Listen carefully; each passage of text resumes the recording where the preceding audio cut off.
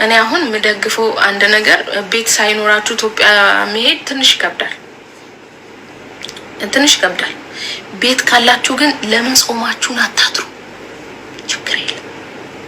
ጾማችሁን ብታድሩ ራሱ ቆሎ በልታችሁ ደሩ፣ ኖ ፕሮብሌም ውዴ።